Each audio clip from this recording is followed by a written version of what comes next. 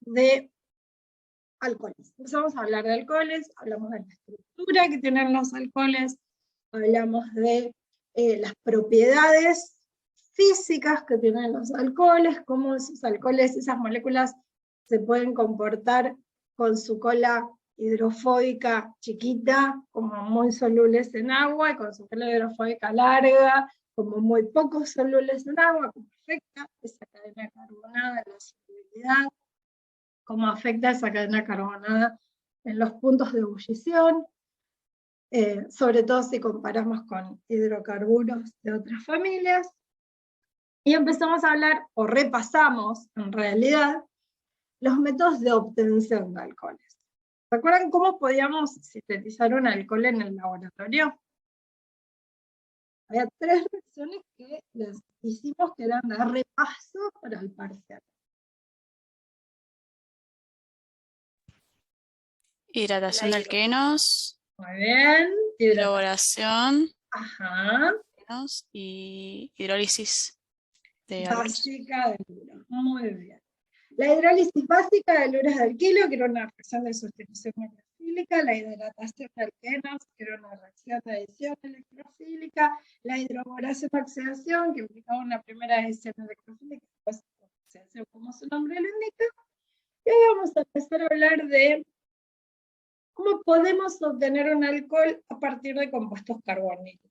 Y nuestra primera reacción va a ser la de los reactivos, la reacción con el reactivo de Grignard.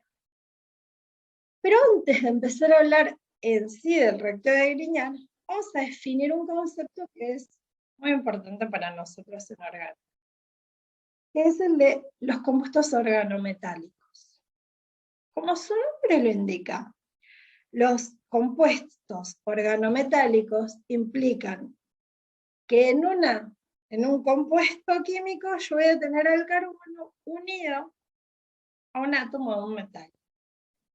Pero lo voy a tener unido de una forma que puede llegar a resultarnos atípica si nosotros nos casamos con esa frase que venimos repitiendo desde que somos chicos, que es metal, no metal, unión iónica. ¿Qué pasa? Que metal no metal, unión iónica funciona bárbaro cuando uno no sabe nada de la electronegatividad de un átomo. Pero cuando nosotros miramos la electronegatividad de algunos metales y los comparamos con el carbono, bueno, cuando se forman esas uniones, ya el enlace no nos da una diferencia de electronegatividad tan grande como la que uno esperaría para tener una unión iónica. Entonces, ¿es con todos los metales? No, es con todos los metales, pero este nuevo concepto, o nuevo para ustedes, de compuestos organometálicos, nos permite pensar que hay un enlace covalente entre el átomo de carbono y el átomo del metal. Si eso es así, entonces yo me tengo que imaginar una estructura más o menos así. Una cosa que inicialmente nos va a choquear un poco, porque uno dice, ¿cómo es un metal? Sí, bueno, el metal puede ser poco electronegativo. Cuando se une al carbono, ¿qué va a ser el más electronegativo en esa unión? El carbono. ¿Eso qué va a generar? Va a generar que el carbono tenga una gran densidad negativa, el metal, por supuesto, siempre va a tener una densidad positiva, que lo que quiere es sacarse esos electrones de encima, ¿sí? Entregarlos de alguna manera, pero esto existe, sí, esto existe. ¿Y por qué estos compuestos nos importan tanto? Nos importan tanto porque nos permiten generar un carbono con una densidad negativa muy grande. Tan grande que a nosotros nos encanta pensar prácticamente que este carbono va a actuar como un ¿qué? Si nosotros lo pensamos ahora como reactivo orgánico. Carbono, una gran densidad negativa, debería actuar como un ¿qué? ¿Como un electrófilo o como un nucleófilo? Como un nucleófilo. Uno esperaría que este carbono actúe como un nucleófilo, y es lo que sucede. Y por eso estos compuestos son tan maravillosos. Cuando nosotros tenemos, no está cómodo, pero si está unido al metal, él tiene los pares de electrones y Por eso va a ir a atacar rápido, ¿sí? Como nucleófilo. ¿Te das cuenta? Entonces, ese carbono con esta gran densidad, eso me preguntaste, Lourdes, o sea, te estabas refiriendo al carbono, ¿no? Ah, bien, entonces, este carbono con gran densidad negativa, ahora lo vamos a mirar con ojos de nucleófilo. Vamos a decir que ese carbono tiene un carácter carbaniónico. ¿Cómo un carácter carbaniónico? Es casi un carbanión, pero ese enlace no es iónico. Entonces yo no puedo decir que es un carbanión, pero tiene mucho carácter carbaniónico. O sea, es un excelente nucleófilo y eso es lo que a nosotros nos importa. Si nosotros hiciéramos un mapa de potencial, un compuesto organometálico de ese estilo, fíjense, esto es con un metilito, ¿no? La región positiva, en este caso, la va a tener el metal, y la región de densidad electrónica está sobre el carbono. ¿Sí? Por esto, este tipo es un buen carbonio. ¿Con qué metales nos vamos a encontrar unidos a los carbonos de estas características, que sean buenos nucleófilos? Los podemos encontrar con litio, con sodio, con potasio, con magnesio, con aluminio, y fíjense, yo puse acá la electronegatividad para que se fijen que en ninguno de estos casos, si nosotros hacemos el delta E y la diferencia de electronegatividad, vamos a tener una electronegatividad mayor a 2, que es la que necesitamos para tener un enlace iónico. Entonces, en todos estos casos, la unión del carbono con los distintos metales me va a dar una unión covalente. Covalente con mucho carácter iónico, sí, estamos de acuerdo. Una covalente con mucho carácter iónico. O sea, va a estar muy cerca del enlace iónico, pero va a seguir siendo una unión covalente. Dentro de este mundo de compuestos organometálicos, a los que vamos a llamar reactivo de Grignard, son aquellos en los que el metal es el magnesio.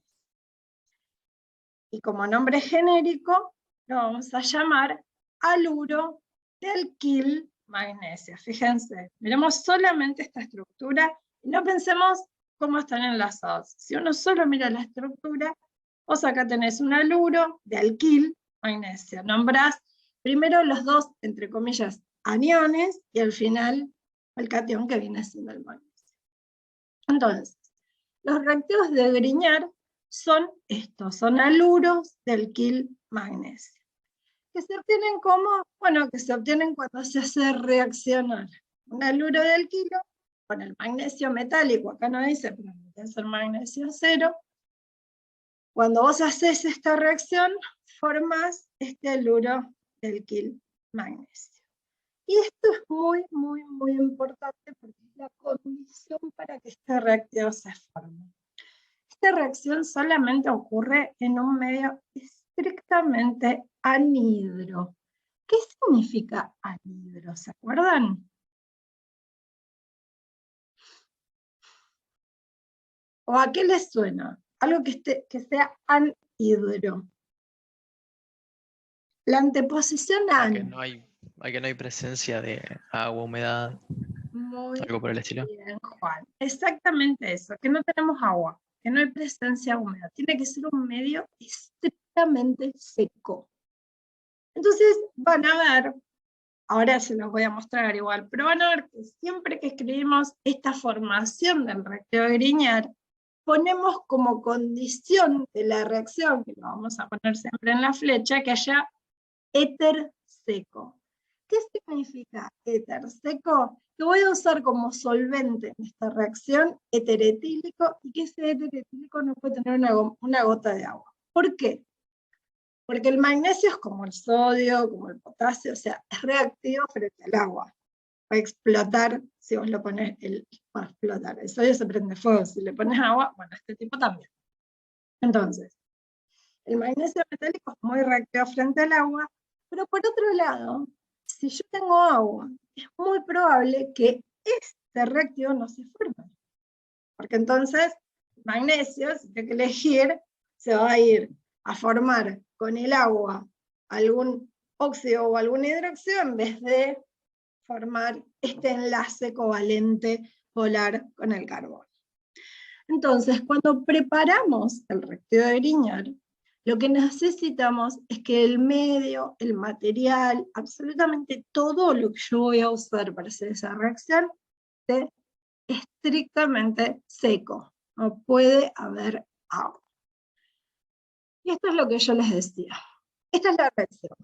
La reacción es el haluro de alquilo, el haluro puede ser de cloro, de bromo, de yodo. Lo pongo con virutas de magnesio en éter, y en la medida que vaya formándose el haluro del alquil-magnesio, van a ir desapareciendo esas virutas de magnesio de la solución. Una vez que lo formé, rápidamente lo tengo que usar. ¿Por qué rápidamente lo tengo que usar? Por lo mismo que les digo. O sea, se va a descomponer rápido si yo tengo humedad, si tengo algo mojado, o sea, lo preparo y luego reacciono. Rápidamente lo tengo que utilizar una vez que obtuve ese haluro de alquil-magnesio, porque es muy sensible a la humedad del ambiente y se puede descomponer. Si voy a usar el haluro, bueno, todavía el haluro de alquilo, lo que yo necesito es que sea cualquier haluro que no sea flúor. Ya sabemos que el flúor es complicado, puede ser cualquiera de estos tres. Por supuesto que el yodo, como es un excelente nucleófugo, me va a funcionar más rápido que el bromo, más rápido que el cloro. Acuérdense que en este caso lo que necesito es poder incorporar el magnesio en este enlace carbono-halógeno. Una reacción clásica es esto. Tengo un yoduro de metilo, le pongo magnesio en éter seco, obtengo el yoduro de metil magnesio. Cuando yo les digo haluro de alquil magnesio, es el nombre genérico. En este caso es el yoduro de metil magnesio. A mí una cosa que me parece piola, y es como solamente para reforzar esta idea, fíjense cómo es la estructura del yoduro de metilo. En el yoduro de metilo yo tengo una gran densidad electrónica sobre el yodo. Fíjense cuando ingresa el magnesio a la estructura. ¿Cómo es la estructura si yo quiero el mapa de potencial del yoduro de metilmagnesio? En ese caso, el magnesio funciona ¿para qué? Para poder generar una carga negativa sobre este metilo, sobre este carbono, que ahora va a tener una densidad fuertemente negativa, y que es lo que a mí me va a servir para poder usarlo después como nucleófilo. Hay algunas cosas muy piolas respecto a los reactivos de Grignard que tenemos que saber. Una es que no tenemos límite en la estructura del haluro. O sea, sí respecto a que no sea de flúor, pero después la cadena carbonada, podemos elegir lo que quiera. Puede ser primario, puede ser secundario, puede ser terciario. El magnesio va a entrar igual a romper ese enlace haluro-carbono, lo cual nos permite una versatilidad enorme cuando queremos hacer una síntesis de, ahora vamos a ver, en este caso es de alcoholes. Y lo segundo es que la parte orgánica la puedo pensar así. La puedo pensar como si ese carbono ahora fuera un carbanión y va a ir a atacar a, en este caso, vamos a ver a quién dijimos un compuesto carbónico. Entonces, esta es la siguiente cosa que tenemos que ver. Vamos a ir a atacar un compuesto carbonílico. ¿Qué características tiene este compuesto carbónico? Yo se los escribí ahí. Díganme ustedes. ¿Qué características tiene? Un compuesto carbonílico es un compuesto que tiene grupo carbonilo. Estamos de acuerdo, ¿no? ¿Quiénes tienen un grupo carbonilo?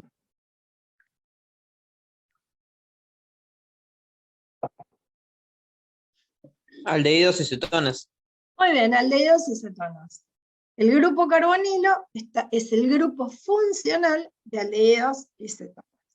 Entonces ahora pregunto una vez más, ¿cómo es el grupo carbonilo? Háblenme de él. ¿Es polar? ¿Es no polar? ¿Qué hibridación tienen los átomos que lo forman?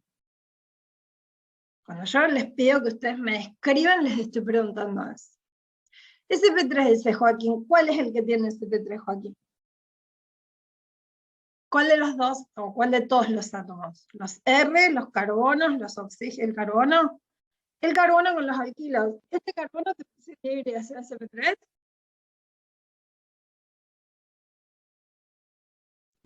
No, porque está unido al hidrógeno. Ay, no te escuché, María. Que no, porque está unido al oxígeno. Bien, sería sp2. Ojo, Joaquín. Fíjense que tengo estos 3 enlaces sigma. ¿Y qué es esto que está acá exageradamente rojo? Los P puros. Los P puros que están formando ¿qué enlace? El enlace pi.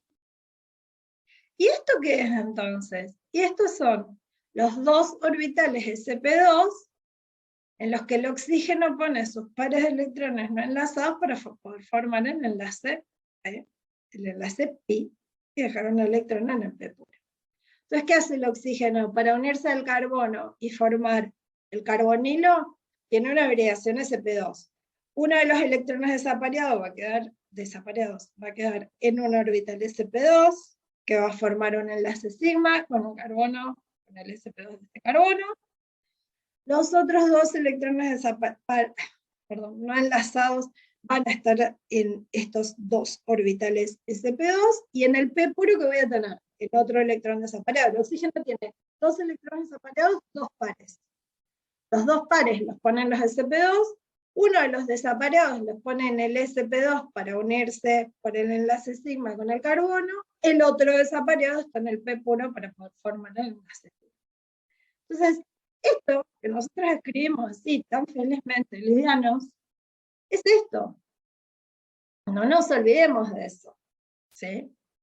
Pero ¿qué más podemos decir que está representado acá y está representado acá? ¿Qué más sabemos del carbonilo? Además de que los 2 carbonos tienen que tener hibridación sp2. ¿Qué más nos dice esa imagen? Que no es menor. Es un dato muy importante. ¿Qué El más momento leo? bipolar. Muy bien, Iván. Nos está diciendo que ese carbono, que forma parte de ese carbonilo, tiene una densidad positiva. O sea que el oxígeno, como lo indica la imagen, tiene una densidad negativa. El oxígeno está en electronegativo y atrae los 2 pares de electrones hacia él y genera una gran densidad positiva en el carbono del carbonilo. En el carbono del carbonilo, no estamos hablando del resto de la cadena. Fíjense que de acá a acá desaparecieron los datos. ¿Qué nos permite esto? Bueno, nos permite pensar en este carbonilo resonando. Este carbonilo lo podemos pensar. ¿Está mal? No, no está mal. Está en menor proporción ionizado. Pero yo me puedo imaginar que cuando yo tengo un carbonilo que está muy polarizado, va a estar en equilibrio la forma del carbonilo con esta forma que es iónica. Que se genera como cuando el par de electrones pi se va sobre el oxígeno, genera una carga negativa sobre el oxígeno, genera una carga formal positiva sobre el carbono. Uno podría decir, ¿y qué tan común es eso? Y miremos el mapa potencial. ¿Qué tan común lo ven? Y bastante. O sea, este carbono, lo piense así, o lo piense así, siempre va a tener una densidad positiva. Fuerte, grande. Quizás una carga en menor proporción, pero siempre una densidad positiva. ¿Hasta acá estamos todos? Voy a hacer una siguiente pregunta, pero quiero saber si todos entendimos esto.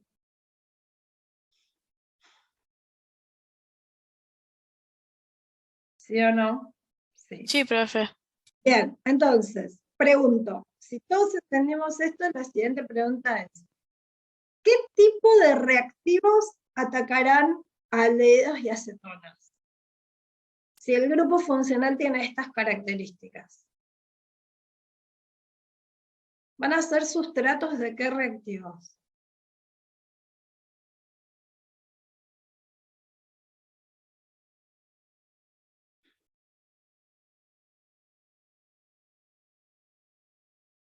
Los dejo pensar, que en total tenemos toda la tarde. ¿Qué les parece que va a ir a atacar este carbono? Nucleófilos. Muy bien, Oscar. Van a ir a atacar nucleófilos. ¿Por qué? porque este carbono tiene una densidad positiva. Y acuérdense que cuando nosotros queremos pensar qué tipo de reactivos va a atacar a un determinado grupo funcional, ¿a quién miro? Al carbono de ese grupo funcional. Que todo el resto no me va a importar tanto como la cadena carbonada. Y la cadena carbonada va a empezar con ese carbono. ¿Se entiende lo que digo? Entonces, cuando nosotros queremos pensar qué tipo de reactivos ataca a esta familia, lo que tenemos que pensar es, bueno, ¿cómo es este carbono? Este carbono tiene densidad positiva. ¿Quién va a ir a atacar ahí? Ahí va a ir a atacar un nucleófilo. ¿Sí? Un nucleófilo que venga con un par de electrones puede atacar a este carbono, deje desplazada esta carga, y ahora vamos a ver. ¿Estamos todos o tengo que repetir algo? ¿Sigo? Sí, profe. Bien, entonces, ya sabemos cómo formar un nucleófilo muy bueno. Ya sabemos que a los aldehídos y a las cetonas los van a atacar nucleófilos.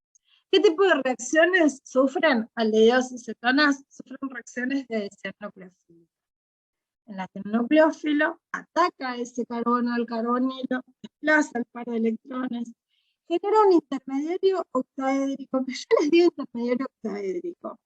Pero cuando lo miran así, ¿esto qué se parece? Que lo escribieron montones de veces mientras estudiaban para el parcial. ¿A qué se parece eso?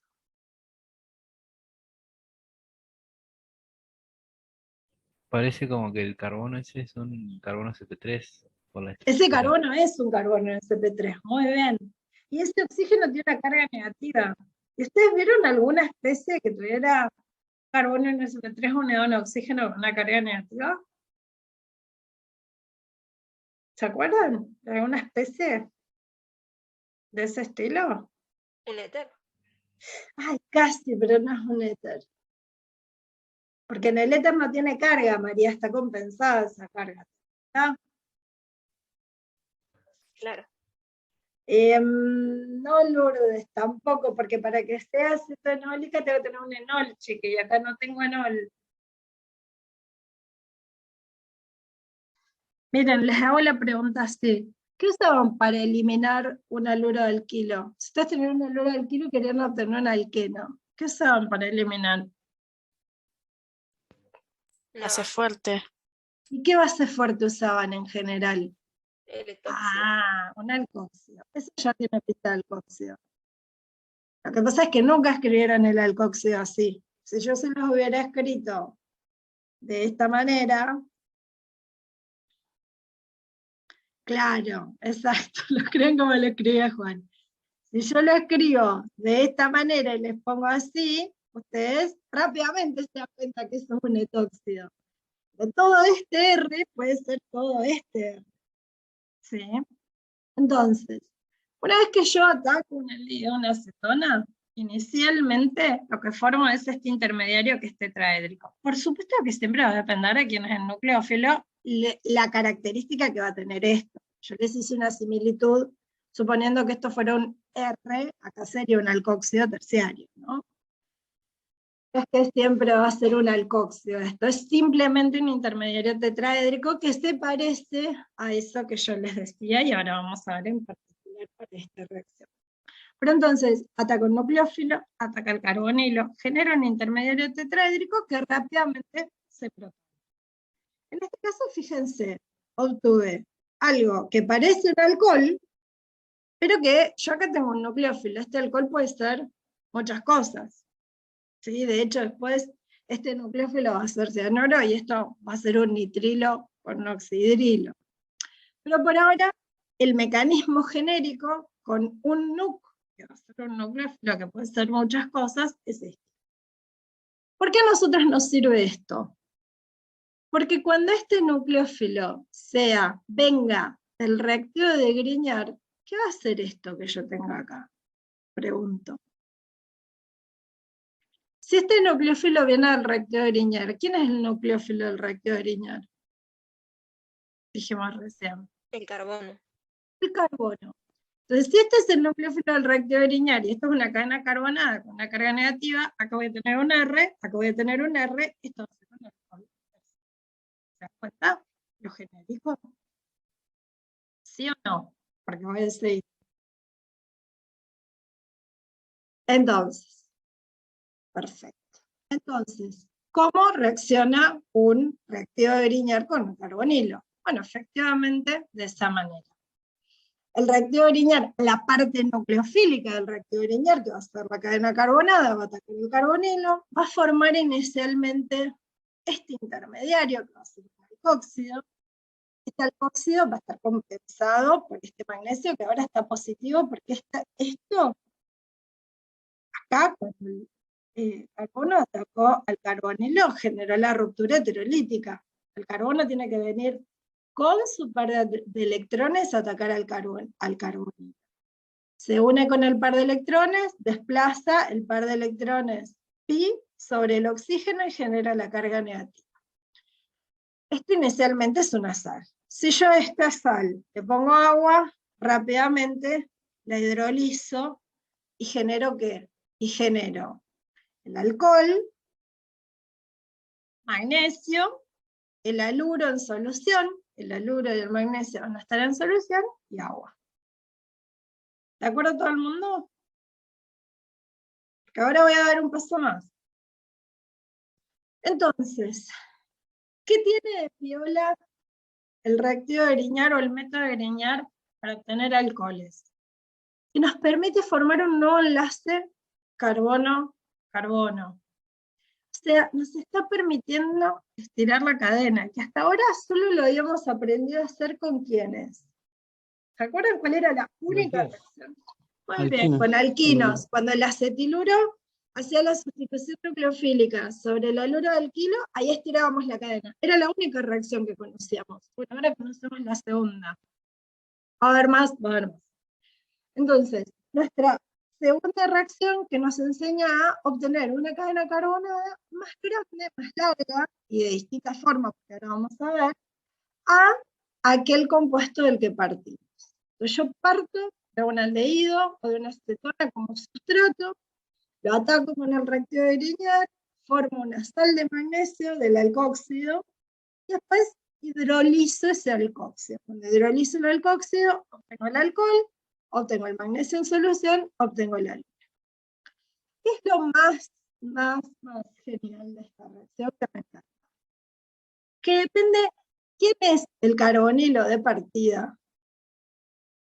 No, Dolores. No, yo te voy a decir, cuando sean visibles te lo voy a contar. Esta no es visible.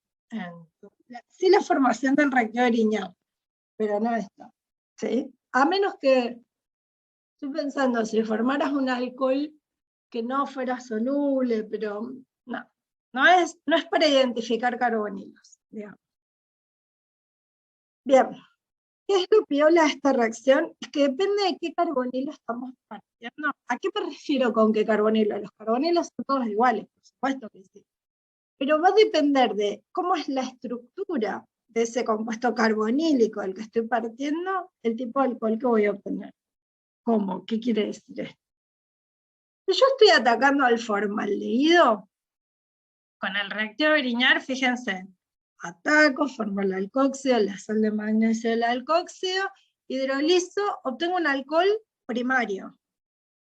Porque este tipo no tiene ningún sustituyente cuando arranca la reacción, y cuando termina, ahora tiene una cadena carbonada unida a él.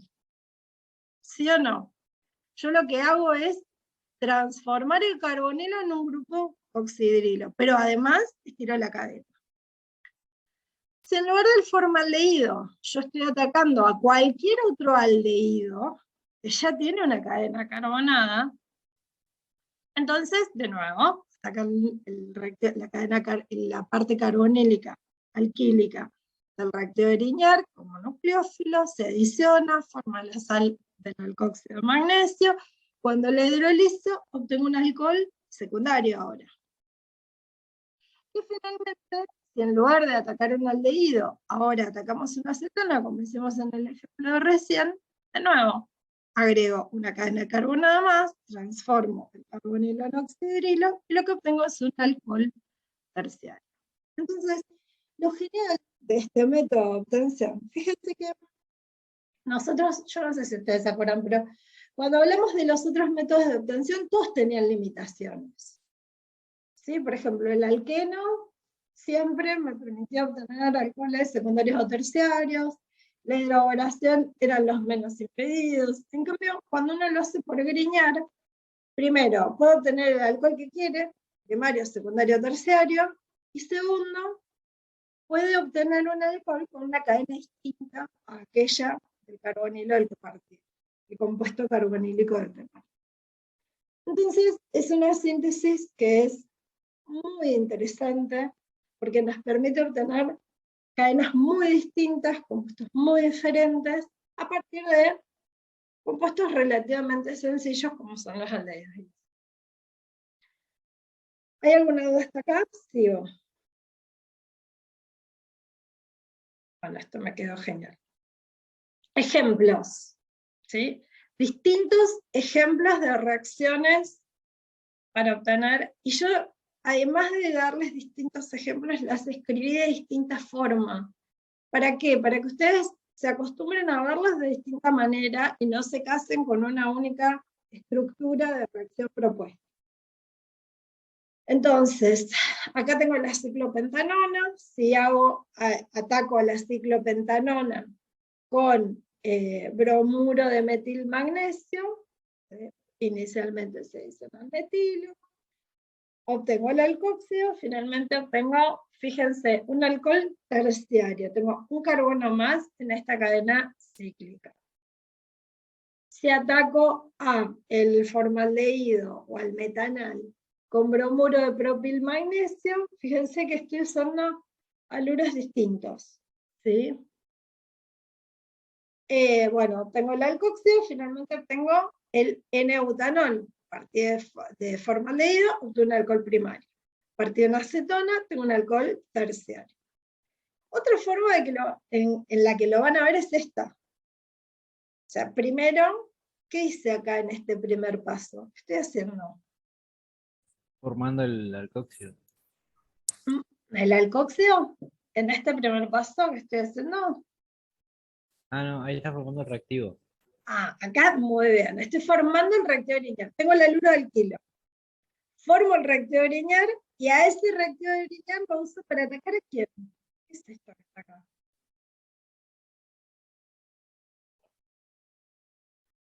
Formaldehído. Formaldehído. Acuérdense que cuando escribo el hidrógeno antes del oxígeno, estoy indicando que lo que tengo es un aldehído. Si escribo OH, estoy teniendo un alcohol. Si escribo HO, estoy teniendo un aldehído.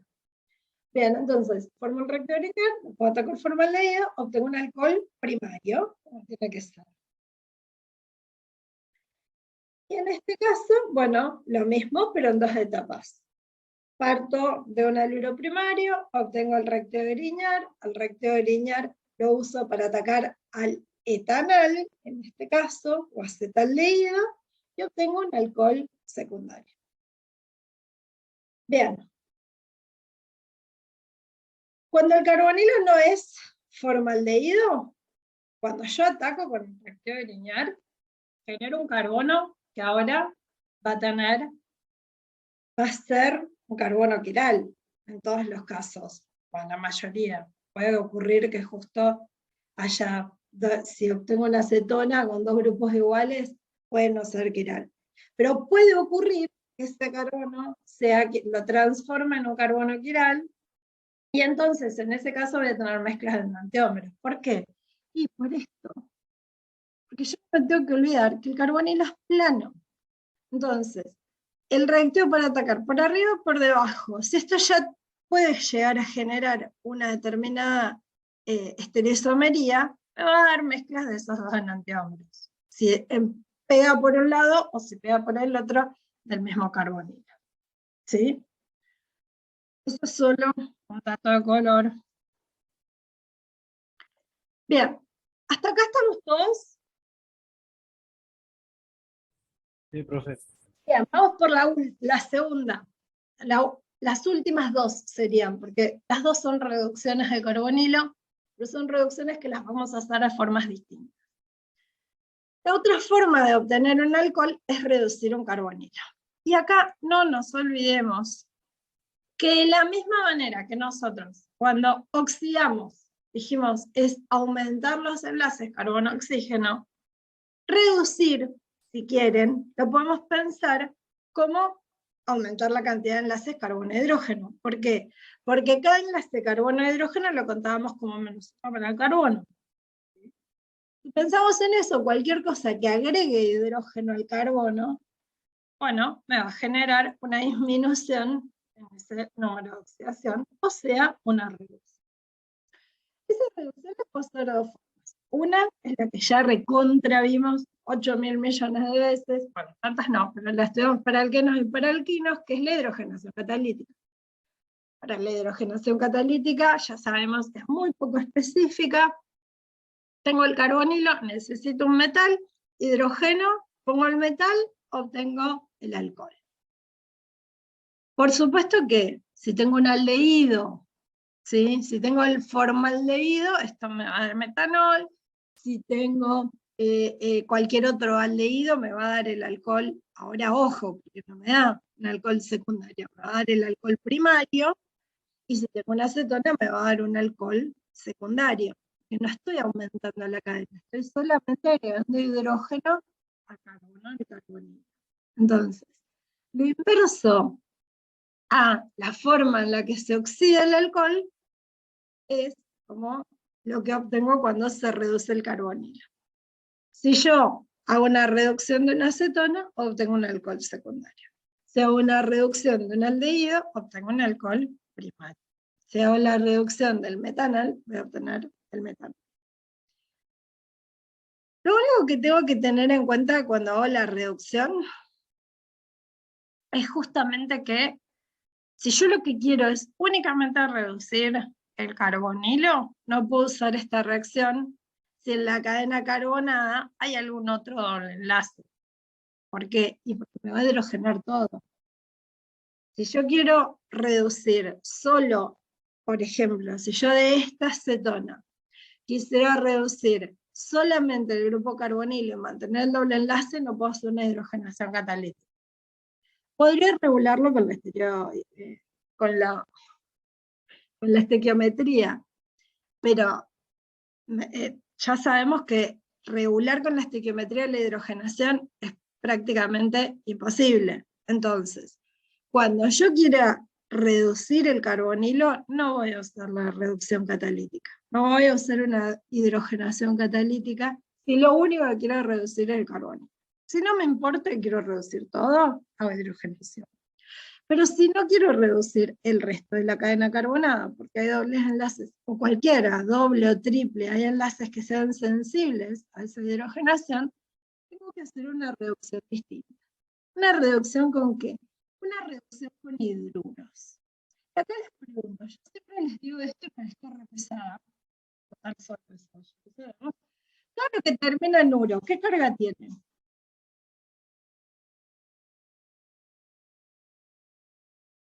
¿Negativa era? Negativa. Todo lo que termina en uro es negativa. El cloruro, el bromuro, el ioduro, el amiduro. Todo lo que terminaba en uro tenía una carga negativa. Si yo les digo hidruro, ¿en qué tenemos que pensar? ¿En qué átomo con una carga negativa? ¿El hidrógeno? En un hidrógeno. Y uno diría, pero ¿cómo? ¿Un hidrógeno con carga negativa? Sí, puedo generar un hidrógeno con una carga negativa. Y ese hidrógeno con una carga negativa puede atacar al carbonilo y hacer una adición nucleofílica para obtener un alcohol. De la misma manera que lo hizo antes el reactivo Grignard. Entonces uno dice, bueno, ¿y este hidruro de dónde sale? Bueno, este hidruro no se genera, por supuesto, así nomás. No es que uno tiene un hidruro por la vida feliz y contento. Para tener un hidruro, yo necesito un reactivo. Alguno de estos dos reactivos, que son los que son capaces de generar iones hidruros que me los pueden donar para que me ataquen como nucleófilo un carbonilo. Esos dos agentes reductores van a ser el borohidruro de sodio, en el que fíjense, el boro, nosotros ya sabemos que el boro tiene que tener 3 enlaces nomás. Entonces, si yo tengo un borohidruro de sodio, tengo un hidrógeno con una carga negativa unido a ese boro que me lo va a poder transportar o regalar o dar o donármelo para de alguna manera poder atacar a ese carbono. Y el otro reactivo, que es un excelente agente reductor, bastante más poderoso que el borhidruro de sodio, es el hidruro de aluminio y litio, donde tengo el hidrógeno unido en aluminio.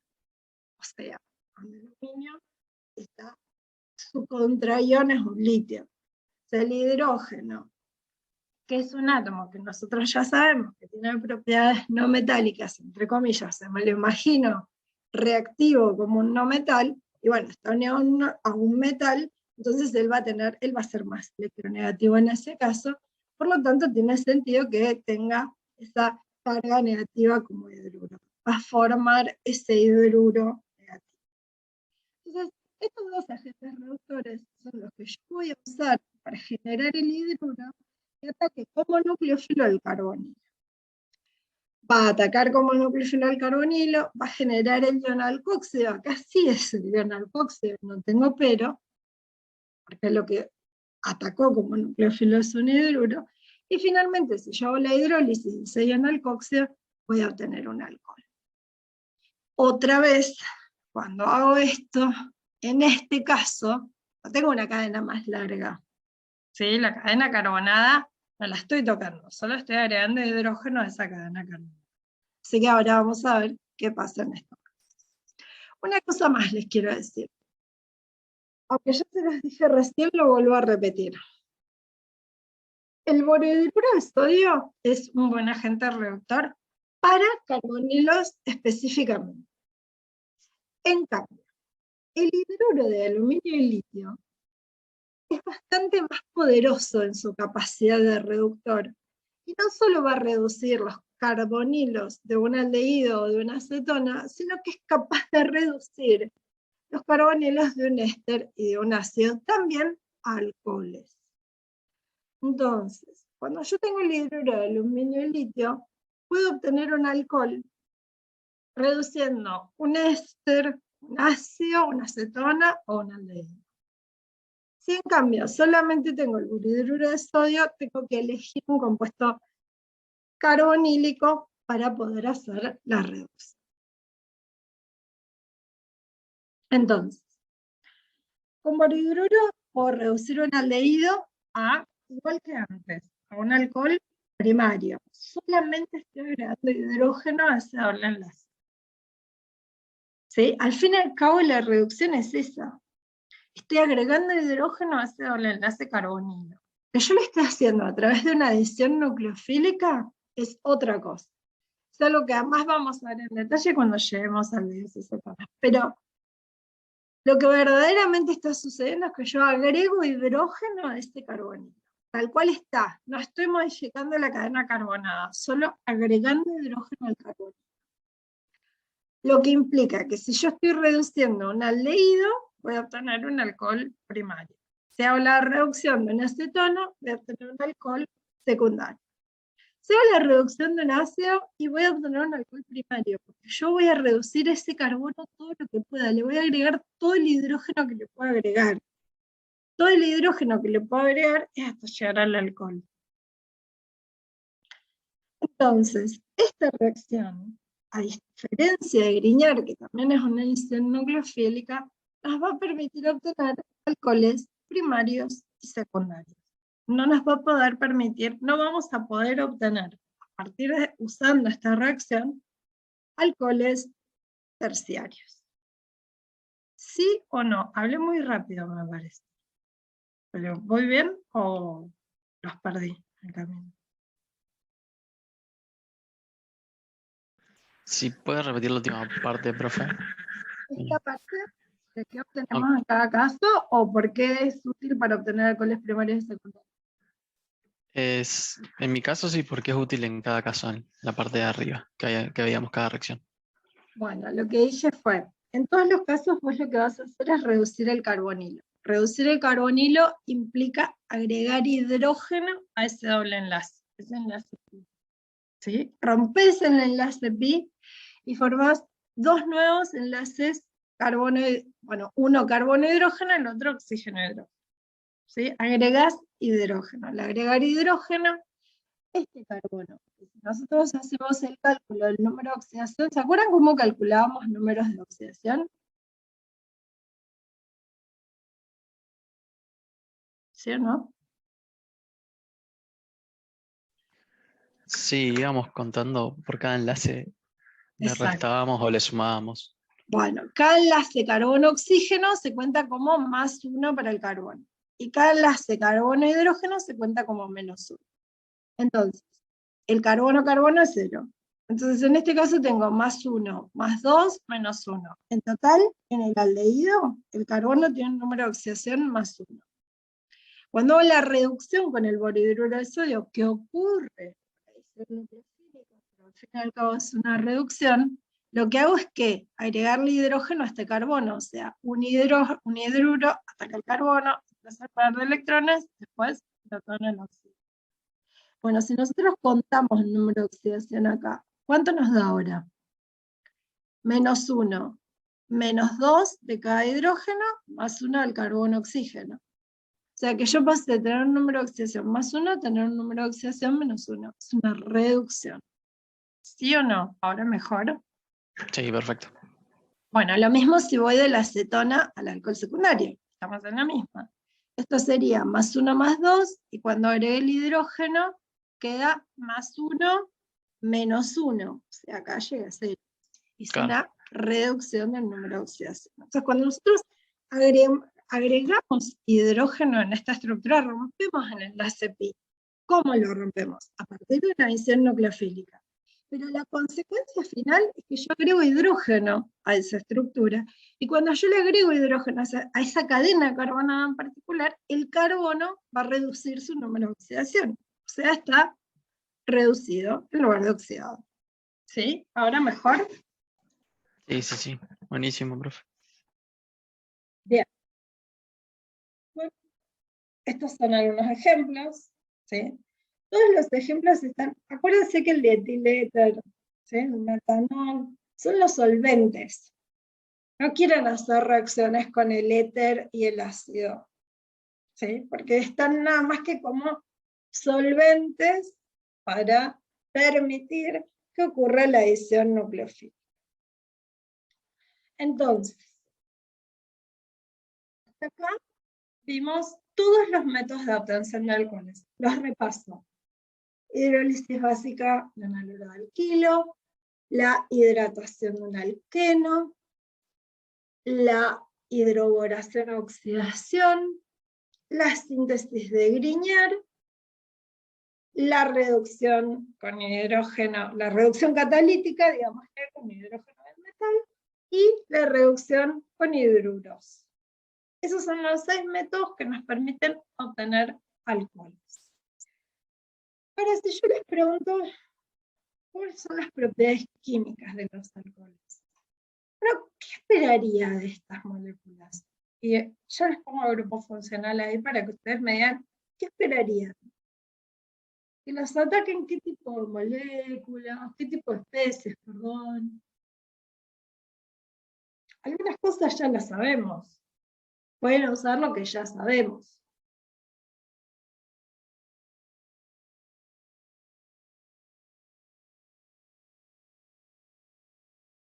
¿O no?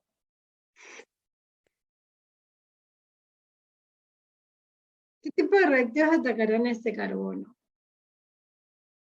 ¿O por qué ese carbono tiene una densidad positiva? Puede ser la primera pregunta.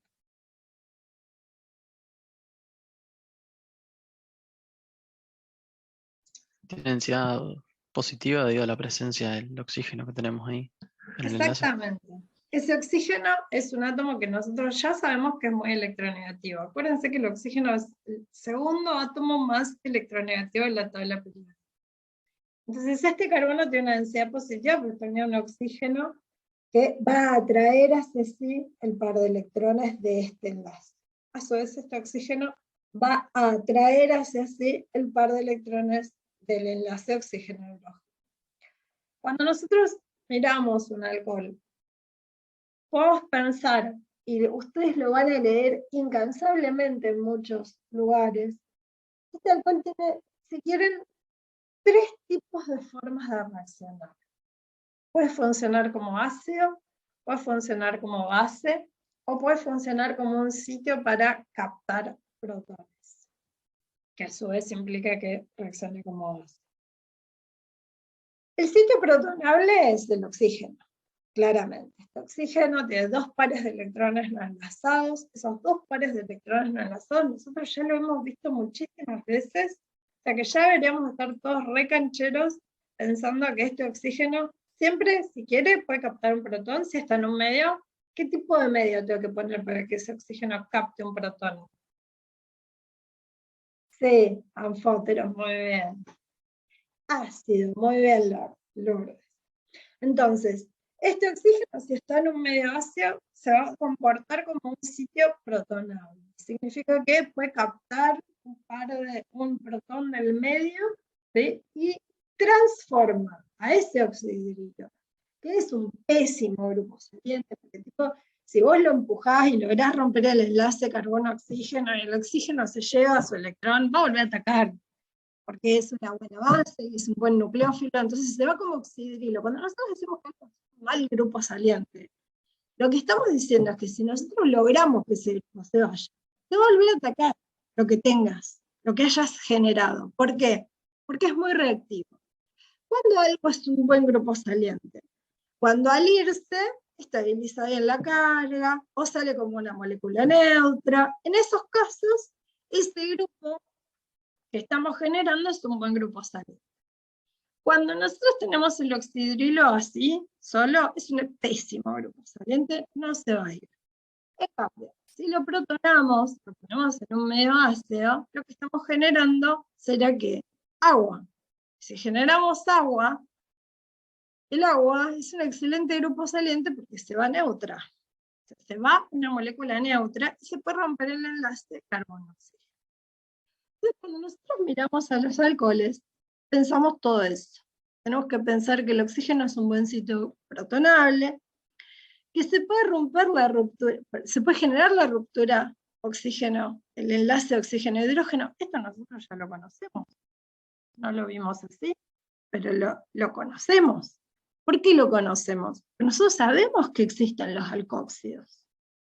O sea, sabemos que hay algo que permite que el enlace oxígeno-hidrógeno se rompa y que este par de electrones le queda el oxígeno y genera una estructura que llamamos alcóxido.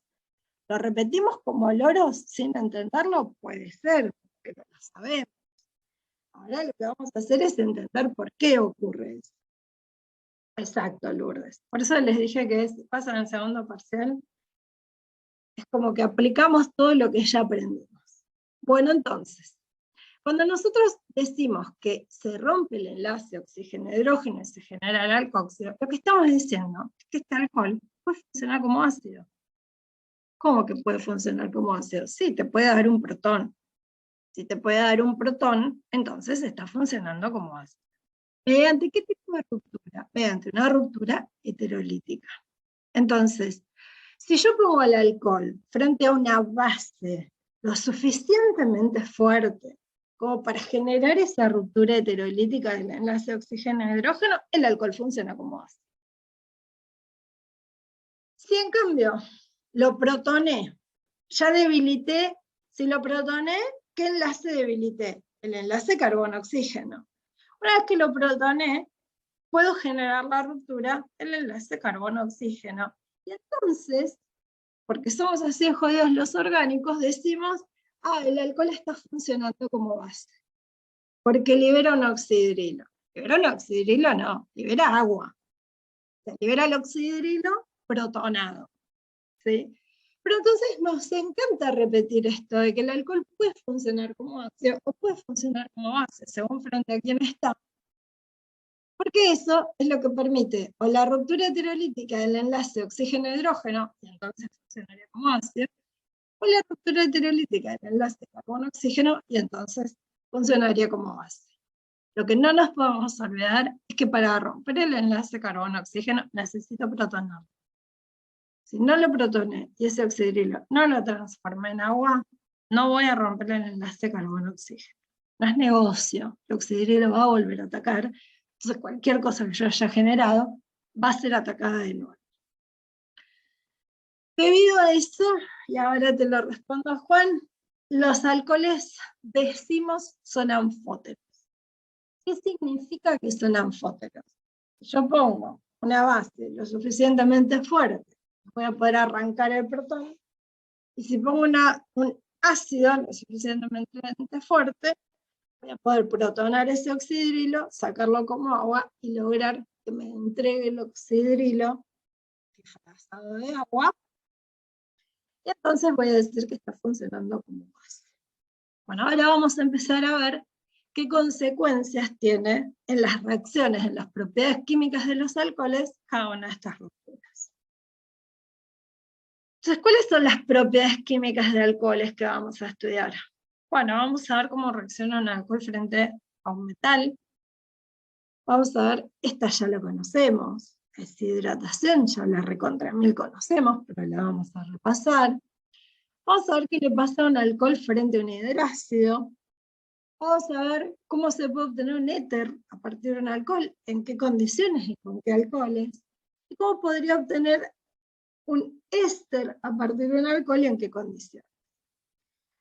Lo fantástico de alcoholes, lo que más me gusta a mí, es que uno puede pensar esto que les digo. Puede pensar en el alcohol como ácido, entregándome un protón, en el alcohol como base, generando un oxidrilo, perdón, rompiendo o liberando un oxidrilo como agua, lo que va a implicar, esto me adelanta un poco, la generación de un carbocatión, ahora lo vamos a ver, y ese carbocatión después puede eliminar o puede sustituir, y después, además de eso, ese sitio, que inicialmente, este sitio, me faltaría poner eso, miren, este sitio que es protonable, a su vez, no, acá está puesto, a su vez, puede funcionar como nucleófilo.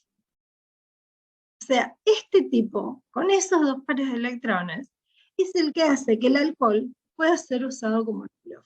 También va a ser un nucleófilo. Y eso es lo que nos va a permitir estas últimas dos reacciones. Y después vamos a estudiar la oxidación. No sé si vamos a llegar a hacer todo hoy. Vamos a avanzar. Entonces vamos a empezar hablando de qué significa que un alcohol pueda reaccionar como ácido. Entonces, acá van a tener que hablar, porque yo quiero saber, a ver, qué saben de esto. ¿Qué significa que un alcohol pueda funcionar como ácido? Bueno, significa que le pongo una base lo suficientemente fuerte como para romper el enlace oxígeno-hidrógeno heterolíticamente, que el alcohol libere un protón y que se forme un alcóxido, que el alcóxido al fin y al cabo es la base conjugada del alcohol, que viene siendo el ácido. Entonces yo les pregunto, ¿a ustedes les parece que los alcoholes serán ácidos fuertes o ácidos débiles? Y voy un paso más allá, o un paso más atrás sería en realidad. ¿De qué depende que un ácido sea ácido? ¿Qué también me libera un protón algo? ¿De qué depende que lo libere fácilmente o que De la sea muy estabilidad de la base conjugada. Muy bien, excelente. Depende de la estabilidad de la base conjugada. Y yo les pregunto, ¿les parece que la base conjugada del alcohol es estable? Sí. Porque si el alcohol es débil, la base es fuerte.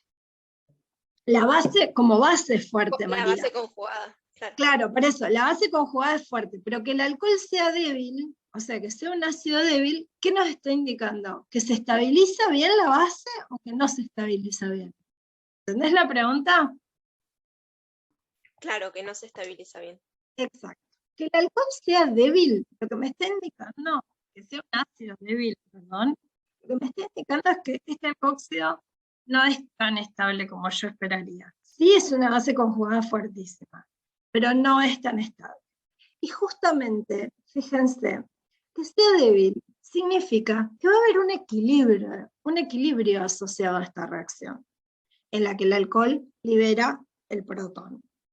Entonces, ¿por qué un equilibrio? Porque el alcohol no está totalmente disociado. Si fuera un ácido fuerte, estaría totalmente disociado y sería una flecha que va solo en el sentido de los productos. Pero eso no es así. Yo tengo una flecha de ida y vuelta. La flecha de ida y vuelta, ¿qué significa? ¿Qué representa? Representa un equilibrio. Un equilibrio además, esa flecha, así como está escrita. ¿Qué dice del equilibrio? Que la reacción va para la izquierda. Muy bien, que tengo más alcohol asociado que alcohol disociado. O sea, es un ácido muy débil. No me libera fácilmente el protón. ¿Sí? Le tengo que poner entonces, vamos anotando mentalmente una base muy fuerte. ¿Qué más me dice esto? Y esto solo lo pongo para que podamos interpretar las tablas que vamos a discutir ahora. Me dice que hay una constante asociada. Esa constante, ¿cómo la puedo expresar? Como ya sabemos, productos sobre reactivos. Esto lo sabemos todos, ¿no? Quiero creer que sí. Este silencio. Bien, no me van a sufrir. Entonces, tengo una constante, si tengo un equilibrio, tengo una constante asociada. Cuando no hay equilibrio y el ácido es fuerte, no tengo constante. Esa constante asociada me va a indicar, mientras más grande sea esta constante, quiere decir que más disociado tengo el alcohol. ¿Qué quiere decir disociado? Que tengo más base conjugada, más concentración de productos. El equilibrio estaría desplazado hacia la derecha. Esa constante, en general, es un número a la menos algo. Para los alcoholes es a la menos 16 si son alcoholes. Son números que son engorrosos de chiquitos. Entonces, ¿uno qué hace? Usa el pK. El pK para comparar acidez entre alcoholes, de alcoholes entre sí. Porque el pK que me sirve y me da un número entero que es más fácil de interpretar. Lo único que no me tengo que olvidar que mientras más chiquita es esta constante, más grande es este pK. ¿Sí o no? Todo el mundo sigue esa lógica. Entonces, si el pK va aumentando, la acidez se va disminuyendo, ¿verdad? Correcto. Porque quiere decir, este pK, fíjate que acá hay un negativo. Quiere decir que, acuérdate que para sacar el logaritmo es como el exponente que yo tenga acá, lo voy a multiplicar por este menos, entonces va a ser más grande. ¿Sí? Matemáticamente hablando, ¿no? Entonces, ejemplos. Vamos a comparar los pK, si tuviéramos, fíjense que el clorhídrico, el fluorhídrico, obviamente son ácidos que son más bien fuertes, y habla del sulfúrico en su primera disociación, pero para comparar a fines comparativos, si yo tuviera que expresar el pK, fíjense cuánto de ácido es el alcohol. Poquito, es poco ácido. Tengo un pK muy grande, quiere decir que el alcohol es un ácido muy débil. El acético, que se llama ácido acético, que nosotros sabemos que es un ácido carboxílico, que ya vamos a ver por qué es ácido un poquito más adelante, cuando lleguemos a ácidos, pero por ahora ya sabemos que es más ácido que cualquier alcohol. Acá solo les pido que dejemos registrada esta idea que el fenol es más ácido que el etanol en este caso, al cual le vamos a decir, lo vamos a poner en el grupo de los alcoholes que vamos a decirles alifáticos. ¿A qué le decimos alcoholes alifáticos? ¿Se acuerdan? A los primarios, a los secundarios, a los terciarios. Acuérdense la clasificación que hicimos la clase pasada. Alcoholes alifáticos son primarios, secundarios y terciarios. Aromáticos son aquellos que tienen el oxidrilo unido a el anillo. Bueno, entonces, en orden de acidez son ácidos más bien débiles. Está bien que sean ácidos débiles. ¿A qué se debe eso? Bueno, a esta estabilidad de la base conjugada. Y acá les pregunto esto. ¿Qué efectos electrónicos o no esperarían que estabilice a un alcohóxido? ¿Qué cosas les parece que pueden, qué efectos, no qué cosas, qué efectos podrían ayudarnos a estabilizar a un alcohóxido? De los que ya conocemos.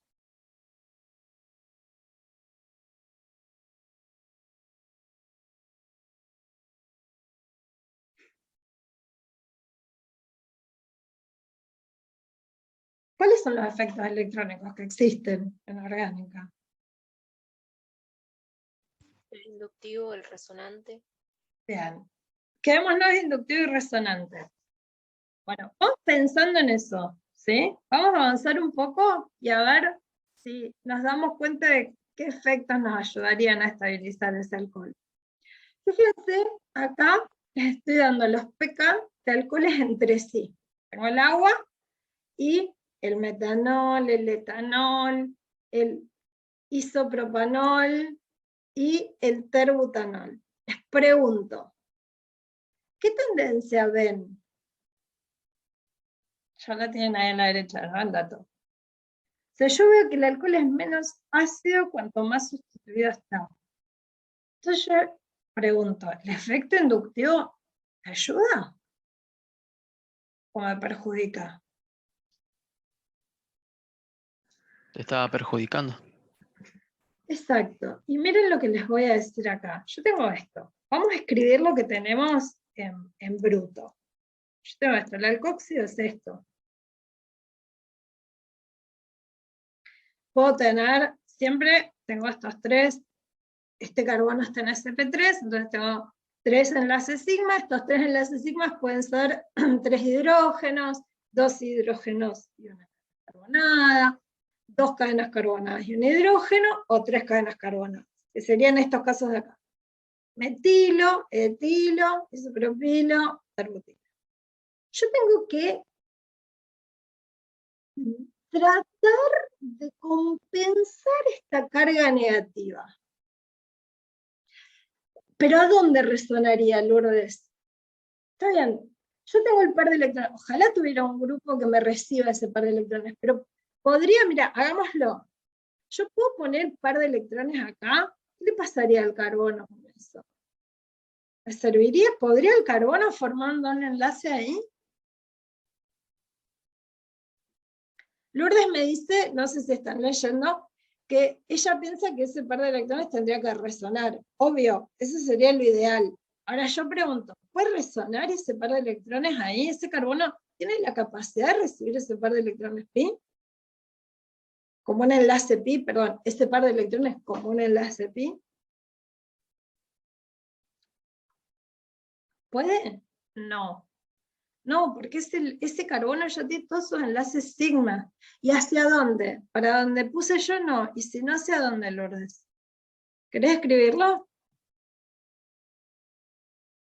No tiene nadie más enlazado el oxígeno. O sea, si no resuena con ese carbono, no puede resonar para ningún lado. ¿Te das cuenta de lo que digo? Por ahora, digamos. Bien, entonces, el oxígeno no tiene nadie más enlazado a él. Si no resuena con el carbono, entonces el efecto resonante no me sirve. Pensemos en el efecto inductivo. Yo tengo carbono acá. Paren, voy a poner otro carbono. Un carbono, pongo 1, para que analicemos con 1, después lo trasladamos a más. Si este carbono, este oxígeno, tiene una densidad de electrones, este carbono me da electrones, ¿me sirve? ¿Me ayuda a dispersar esta carga? ¿Sí? O sea, que el tipo me dé el par de electrones a este carbono, ¿le sirve? Este tipo está tratando de mandarme densidad negativa todo lo que pueda. ¿Sí? Si yo tengo acá grupos que me entregan electrones, ¿me ayudan? No. Al contrario, es como, se me está hundiendo el barco y los tipos me están tirando agua. ¿Sí? Porque en vez de tomar los electrones, exactamente, yo necesito que a este carbono, el que está unido al oxígeno, que es el que tiene, el oxígeno es el que tiene la carga, pero el único que puede ayudarle a este oxígeno es este carbono naranja. Este carbono lo que necesita es que le saquen electrones, o por lo menos que no le den, que no le aporten electrones de ninguna forma. Entonces, si se los aportan, le aumentan la densidad negativa, y eso me va a desestabilizar más el ion. ¿Hasta ahí estamos de acuerdo? O sea que la resonancia no puede ser, el efecto inductivo no me ayuda. ¿Qué más puede ayudarme? Escuchen, ¿qué más me puede ayudar a estabilizar un ion en solución? ¿Qué más dije? No dije un efecto electrónico, dije, ¿qué más me puede ayudar a estabilizar un ion en solución? ¿Hay algo que me ayude a estabilizar un ion en solución? Que no necesariamente tiene que estar en la estructura propia del alcohol. ¿El agua puede ser? Muy bien, Iván. El solvente. El solvente, cuando el anión es así, no tiene nada que lo ayude a compensarse por sí mismo, lo único que puede estabilizar a ese anión en solución es el solvente. Entonces, cuando nosotros analicemos la acidez de alcoholes, en primer lugar, lo que tenemos que saber es que siempre los alcoholes primarios, o sea, menos sustituidos, son más ácidos. ¿Sí? Ahora yo les digo, esto se debe al efecto que hace el solvente. Y ahora les pregunto, ¿cómo me lo explican? Si yo les estoy diciendo que acá lo que tengo que analizar es el efecto del solvente, que el efecto del solvente se llama solvatación. ¿Se acuerdan qué era la solvatación de un ion? Era cuando todas las moléculas del solvente rodeaban a la molécula de, en este caso, del alcohol, ¿puede ser? Excelente, Iván. Del alcóxido sería en este caso. Claro. Bueno, ese es el efecto que yo voy a analizar cuando quiera explicar la acidez de un alcohol alifático. Voy a ver qué tanto me va a poder ayudar ese solvente a estabilizar el anión, ¿sí? El alcóxido. Porque claramente no hay nada en la estructura que me ayude. Pero lo único que me puede ayudar es el solvente. Entonces, un alcóxido que esté poco impedido va a poder solvatarse con mucha facilidad.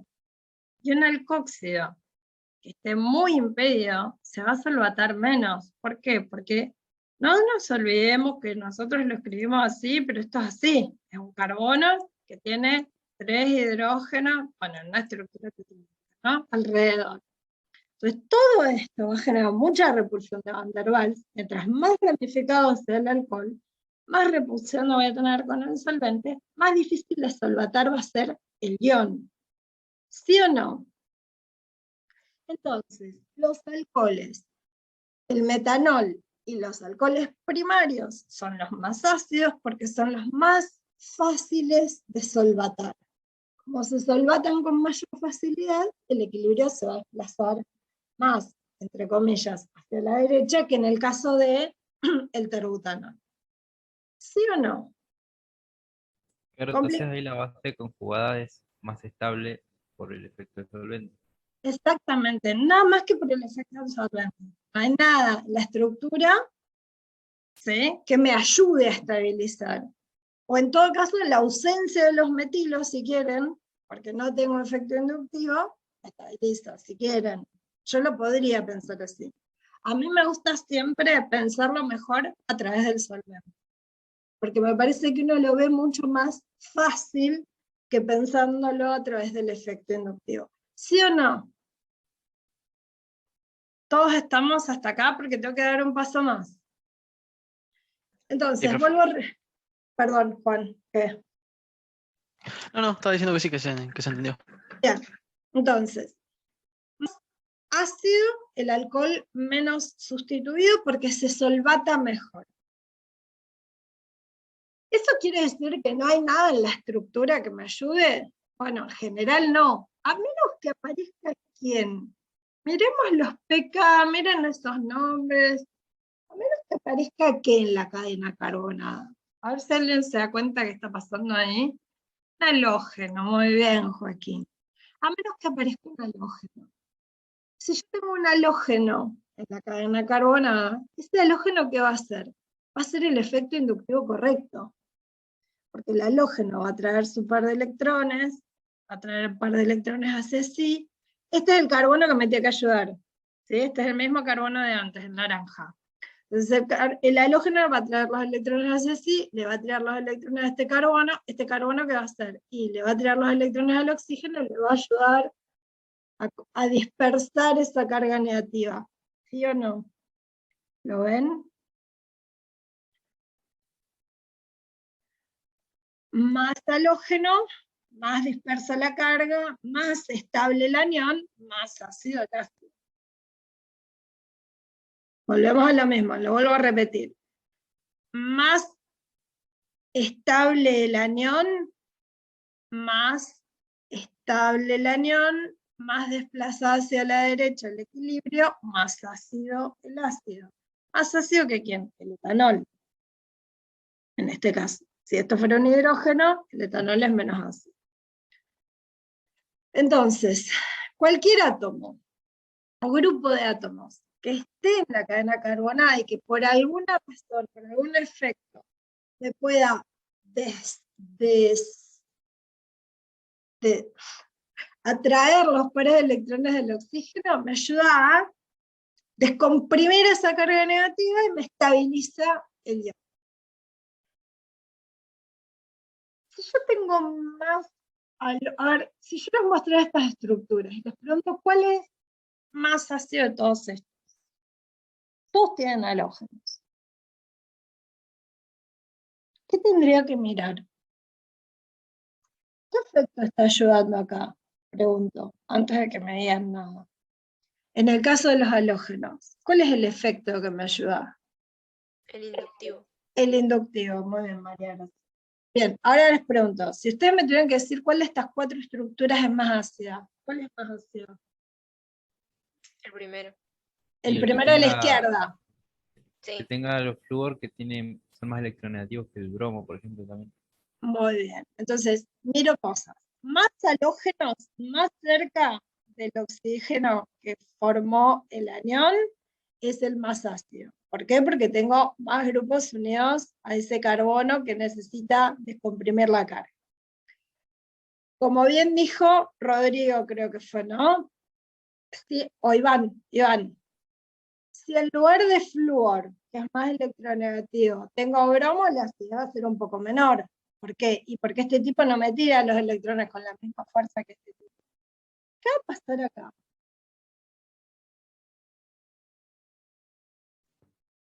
Ahí cuenta el efecto inductivo, profe. A ver, ¿por qué lo dudas? Me gusta que lo dudes. Está muy bien. Porque está muy lejos del átomo. Exactamente, gracias María. Cuando el átomo supera los 2 enlaces, ¿se acuerdan que nosotros hablamos muchas veces que el efecto inductivo era es un efecto de poco alcance? ¿Qué significa de poco alcance? Que una vez que vos superaste los 3 enlaces, ya está, no te ayuda en nada el efecto inductivo. Fíjense que en esta posición el flúor está mucho más lejos de 3 enlaces que en esta. Acá yo tengo 1, 2, 3. Este tipo me está tironeando, me ayuda a compensar esa carga negativa. Este tipo ya no me ayuda nada. 1, 2, 3, 4, 5 enlaces. Ya perdí el efecto inductivo cuando me alejé de la región que necesita compensarla. ¿Es más electronegativo? Sí, pero está demasiado lejos para ayudarle al oxígeno a estabilizar ese ion. Entonces, si el átomo supera la distancia, el efecto inductivo es despreciable. Si está cerca, me ayuda. Más halógenos, más me ayuda. Más electronegativo, más me ayuda. Ahora, si está lejos, aunque sea el más electronegativo, no me ayuda nada. Hasta acá estamos todos. Profe, una Sí. pregunta. A- Permiso. ¿Está ¿Puedo, bien? si yo, ay, no se ve ahí mucho. Sí, A era ver un si puedo amarillo. verlo. Sí, lo voy a poner en rojito. Yo puedo tener un grupo acá unido a este carbono. Podrías, eso sería más efecto todavía. O sea que si vos Y tuvieras un esto, grupo ahí unido a ese carbono, sí, estaríamos casi que con un haluro de asilo, ionizado. ¿Entendés? O sea, capaz que estamos con otra familia. Y ahí sí puede haber resonancia, ahí ya estamos hablando de otras cosas. Por eso siempre ok. pensamos en el carbono vencino. ¿Te das cuenta? Bien. Bien. Bien. Sigo entonces. Conclusión, alcoholes alifáticos poco ácidos, más ácidos los que se solvaten mejor, es decir, los primarios, el metanol, el primario, menos ácidos los más voluminosos. Si hay algún halógeno en la estructura, me ayuda a estabilizar el ion que se forma. Cualquier grupo, átomo o grupo de átomos que me estabilice de alguna forma el anión que se forma, me aumenta la acidez. ¿Cómo evalúo esa acidez? O sea, ¿qué le tengo que poner al alcohol enfrente para que el alcohol se comporte como ácido? Una base fuertísima. Porque si él es un ácido tan débil, yo necesito poner enfrente una base que sea fuertísima. ¿Qué sería una base fuertísima? Un metal. O sea, le estoy poniendo un metal. Acá no lo dice, pero esto es sodio metálico, sodio 0. ¿Sí? Entonces, ¿cómo pongo en evidencia la acidez de un alcohol? Le pongo sodio metálico. ¿Qué pasa frente al sodio metálico? Esta reacción. No les quiero decir qué tipo de reacciones. ¿Qué tipo de reacciones? Díganme ustedes. Sustitución. No, olvídate que estamos en orgánica. Si te olvidas que estamos en orgánica y yo te pregunto qué reacciones, ¿qué reacciones?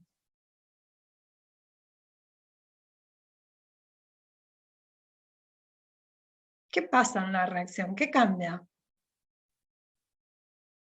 Los estados de oxidación. Exacto, es una redox.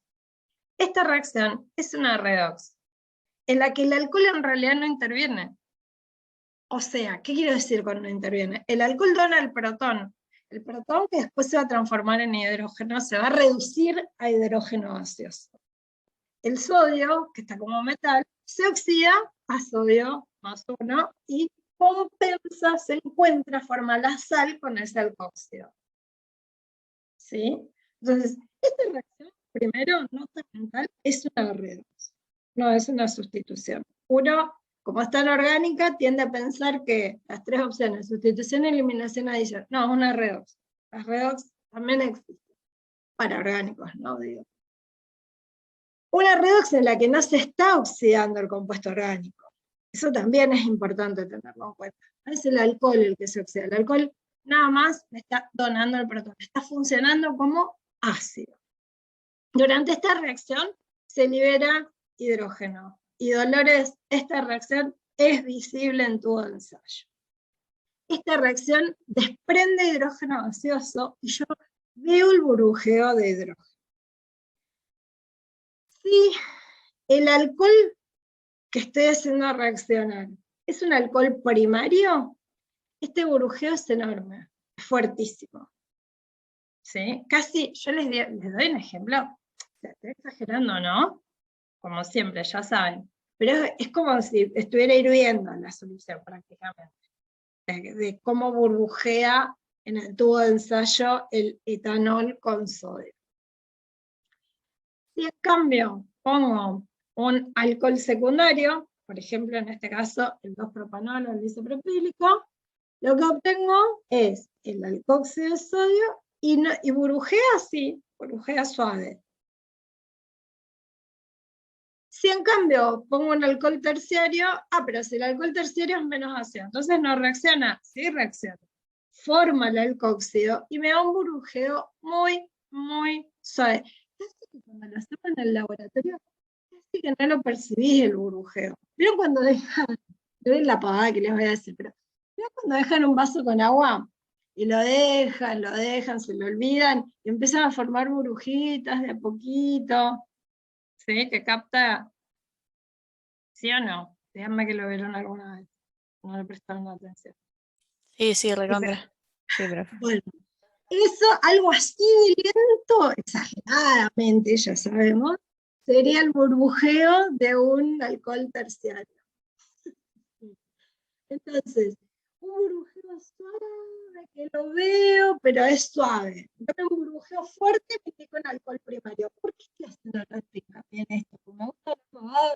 No, porque esta reacción es, primero, la reacción que me permite identificar a los alcoholes como ácidos, y segundo, la reacción que me permite diferenciarlos entre ellos.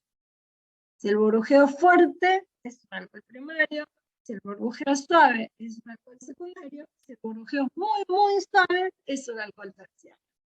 Entonces es una reacción súper piola, porque no solamente me muestra la acidez de los alcoholes, sino que además me permite diferenciarlos entre ellos. Algo que hasta ahora no habíamos visto. ¿Sí?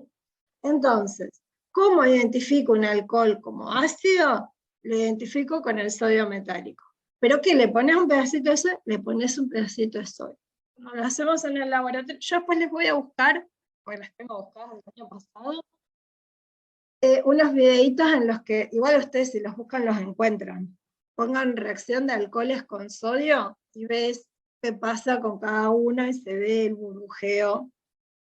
Obvio nos encantaría que lo hicieran en el laboratorio, sobre todo porque siempre de fuego un pedazo de sodio cuando se pone con el agua para que vean la diferencia. Pero bueno, pueden buscar sodio y agua, pero reacción también por video. Entonces, reacción de alcoholes con sodio, reacción para evidenciar la acidez de los alcoholes, nos permite no solo identificarlos, sino diferenciarlos. Ojo, ojo.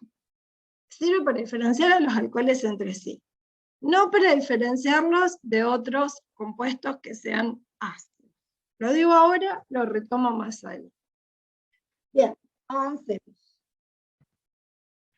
¿Qué pasa ahora si en lugar de que se rompa el enlace oxígeno-hidrógeno y el alcohol actúe como ácido, lo que hago es romper el enlace carbono-oxígeno y estoy poniendo unas comillas en el aire, que no me ven porque no tengo activado el video, quiero que el alcohol actúe como base, ¿sí? Muy entre comillas. Si yo lo que quiero es eso, y quiero que el tipo actúe como base, lo que tengo que hacer, sí o sí, es que, ya se los dije, ¿qué le tengo que hacer al alcohol para que actúe como base y libere ese oxidrilo?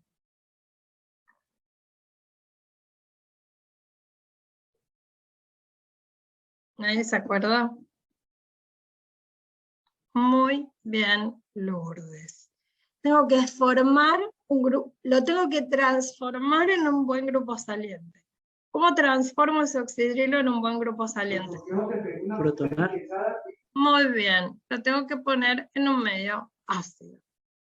Entonces, ¿cómo lo pongo en un medio ácido? Le pongo un ácido, cuando tenga el protón disponible, el alcohol se va a protonar, en ese momento se transforma en un buen grupo saliente, que es el agua, ¿sí? Y el agua es un excelente nucleófugo. ¿Qué quiere decir nucleófugo? Que se va bien, porque es una molécula neutra, se va en forma de molécula neutra, entonces desplaza este equilibrio hacia la derecha. ¿Y qué más se forma cuando se va el agua? Que está ahí escrito.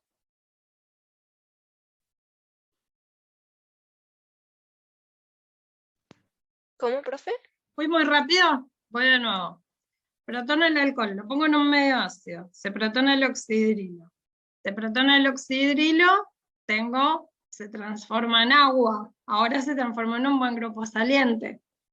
Ese buen grupo saliente, si ya lo transformé en agua, se va como agua, ¿y qué genera? Genera un carbocatión. ¿Sí?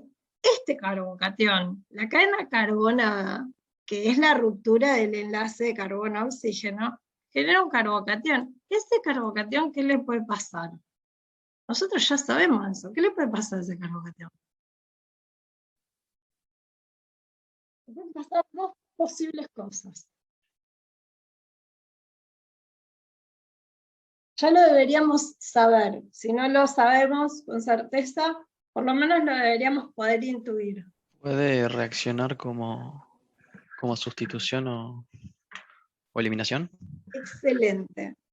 Ese carbocatión puede sufrir una eliminación si lo ataca una base, o puede sufrir una sustitución si lo ataca un nucleófilo.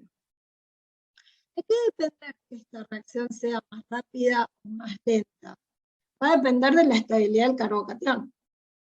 Nosotros ya sabemos que los carbocationes se estabilizan por dos efectos: por efecto inductivo, por efecto de hiperconjugación.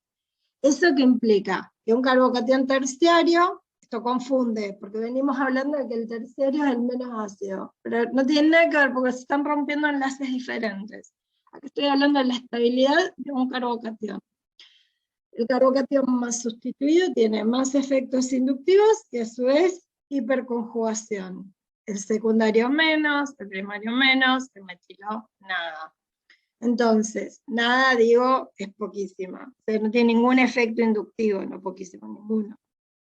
¿Eso qué genera? Genera que la energía que necesito para romper el enlace carbono-oxígeno es mucho más alta para el metilo, es un poquito menos para el primario, es un poquito más para el secundario, el terciario se rompe fácilmente. De los 4, el que más fácilmente va a generar esta ruptura para formar un carbocatión va a ser el alcohol terciario. Por eso, nos encanta a nosotros decir que si tuviéramos que establecer un orden de basicidad de alcoholes, el alcohol más básico es el terciario. El segundo es el secundario es un poco menos básico, el primero es un poco menos básico, el metanol no es básico. Es el orden, si quieren, inverso a la acidez. Entonces, una vez que yo logro romper el enlace carbono-oxígeno, dijimos, formo el carbocatión, me puedo pasar, puedo eliminar o puedo sustituir. Si yo tengo un alcohol, solo modo de repaso, como ácido débil frente a una base fuerte como el sodio, formo un alcóxido. Esto es cuando dijimos que era un anfótero. Como una base débil, ¿sí? Liberando ese oxidrilo, necesito protonarlo, formo lo que se llama ion alquiloxonio, que es este oxígeno que está protonado. Acuérdense que todo lo que tiene carga positiva termina en onio, y ese catión, ese ion alquiloxonio, forma un carbocatión. Si rompo el enlace oxígeno-hidrógeno, forma un nucleófilo que es una base fuerte, pero también es un buen nucleófilo.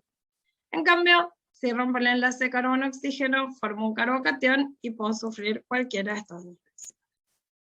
Bueno, de esas dos reacciones, la primera que vamos a repasar, porque ya la sabemos, ya la conocemos, es la deshidratación del alcohol.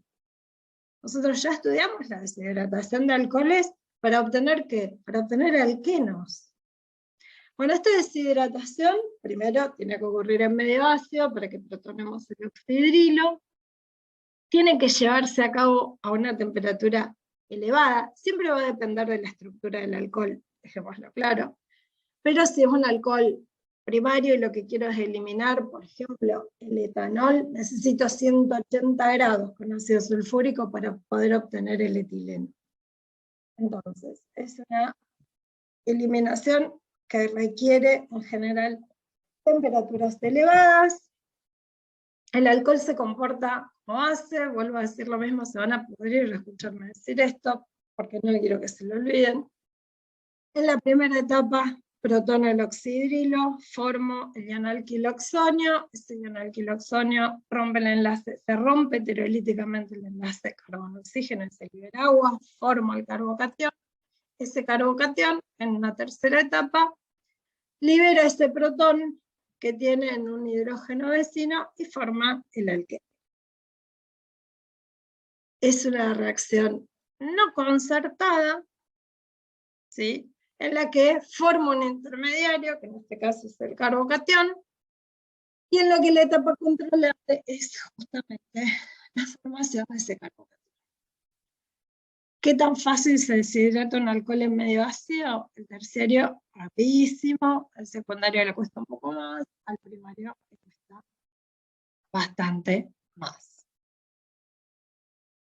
¿Qué obtengo? Obtengo un alqueno, cuyo producto mayoritario va a seguir la regla de Zaitsev, o sea, voy a obtener el alqueno más estable, que es el más sustituido, y que si tiene estereoisomería, va a dar más proporción del isómero E. ¿Hasta aquí estamos todos? ¿Esto se lo acuerdan? Porque yo fui rápido asumiendo que ustedes esto ya lo saben.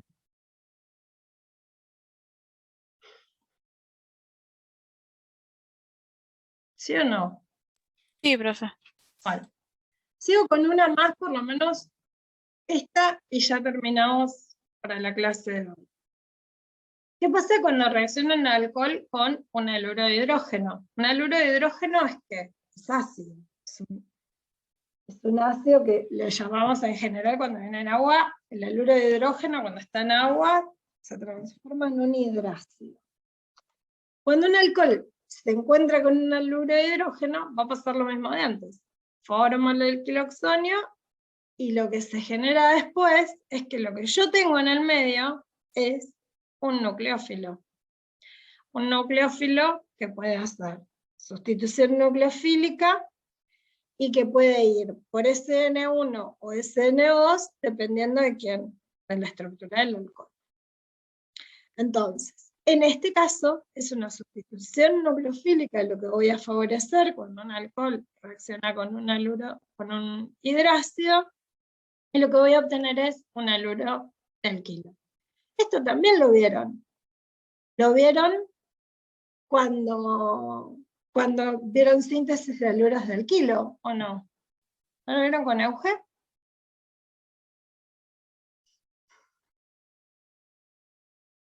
Bien.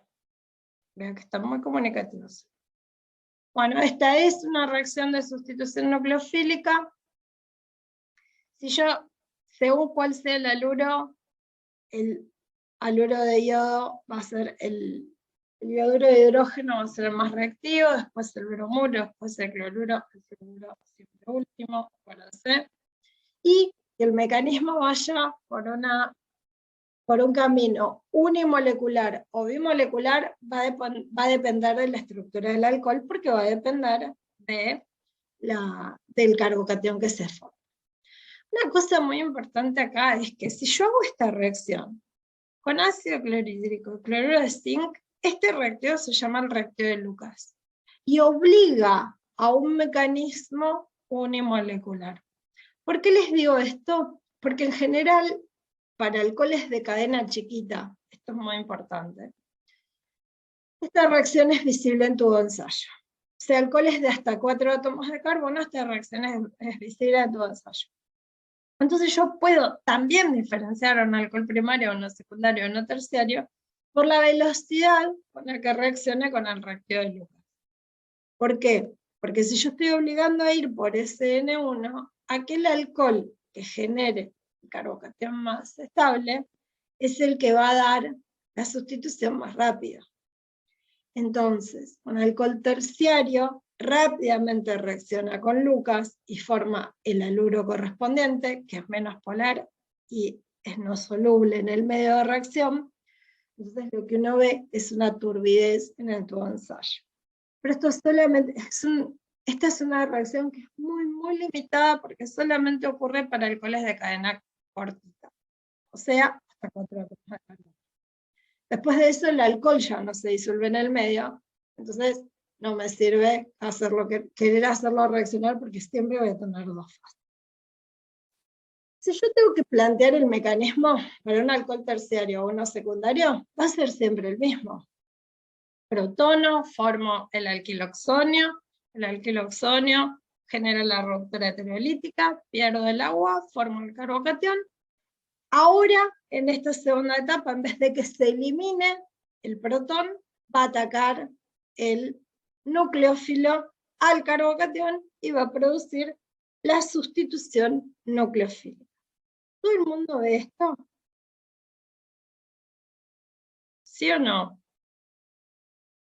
Profe, entonces para alcoholes secundarios y terciarios es siempre en 2 etapas. Es siempre en 2 etapas. ¿Para qué te voy a decir algo más? Es siempre en 2 etapas. Siempre implica la formación de un carbocatión. Si es secundario, el alcohol, o es terciario, lo que nosotros consideramos es que va a generar un mecanismo unimolecular. Después, dependiendo del nucleófilo, vamos a tener, ya sabemos que después dependiendo del nucleófilo podemos tener algunas diferencias, pero en general pensémoslo como una sustitución nucleofílica unimolecular. Cuando nosotros hacemos la representación de esta reacción, el diagrama de energía, acuérdense que tengo una primera etapa chiquita que era que la protonación, esto no requería tanta energía.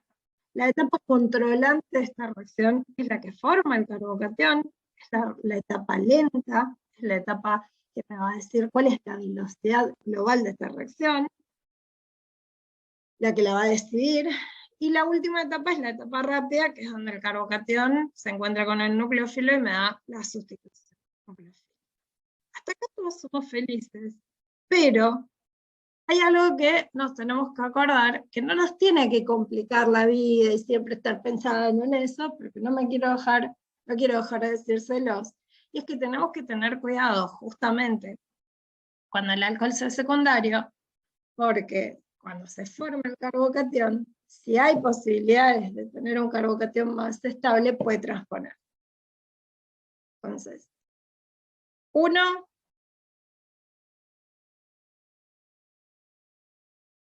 piensa en esto, dice, bueno, yo tengo el alcohol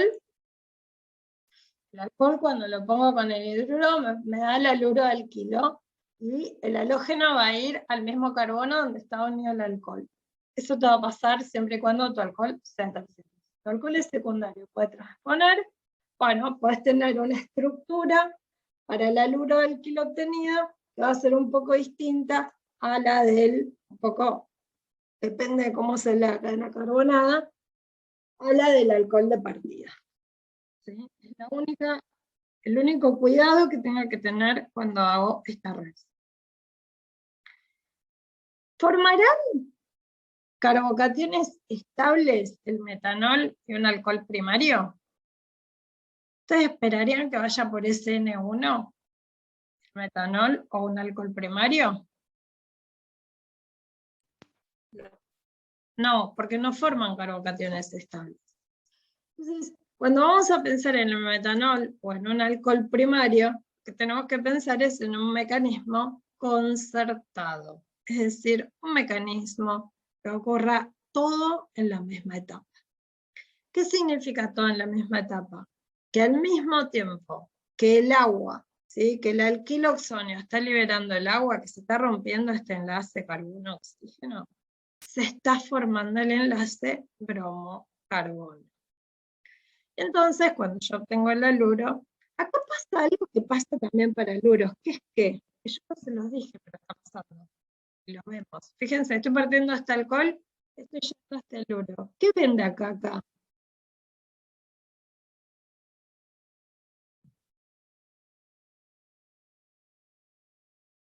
Si se pudiera.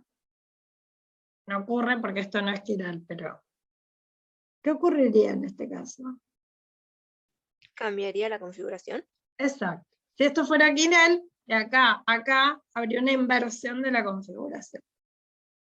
Bien, entonces, cuando tengo un metanol, un alcohol primario, lo que yo espero es, como esto no forma un carbocatión estable, es que todo ocurra en la misma etapa. O sea, que yo tenga un mecanismo concertado. ¿Primero se protona? Sí, porque si no protono, no rompo el enlace carbono-oxígeno. Si yo no formo ion alquiloxonio, no puedo romper este enlace, y entonces no puedo prender el agua como tal. Una vez que logré hacer eso, entonces puedo atacar con el nucleófilo al alcohol, generando la sustitución al final, pero que todo ocurre en la misma etapa, en una única etapa con una única energía de activación. Entonces, solo para recordarlo, alcoholes primarios y metanol van a ir por SN2, alcoholes terciarios, secundarios y bencílicos van a ir por SN1 para la sustitución nucleofílica con haluros de hidrógeno. Y cortamos acá porque ya veo que no me estaré contestando.